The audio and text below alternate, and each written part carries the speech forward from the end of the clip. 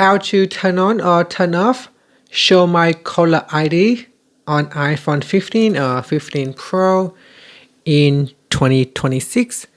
Now, if you have recently updated your iPhone 15 to the latest iOS software, some of the menu items has been rearranged.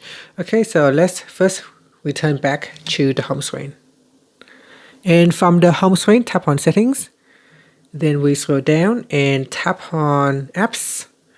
And then we go down and tap on Phone. From here, if you scroll down, go to the Calls section and tap on Show My Caller ID.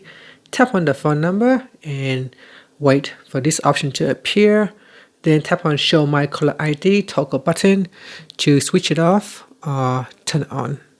And that's it. Thank you for watching this video. If you found it helpful, please like and subscribe to my channel for more videos. Now this is the update for 2026. Thank you.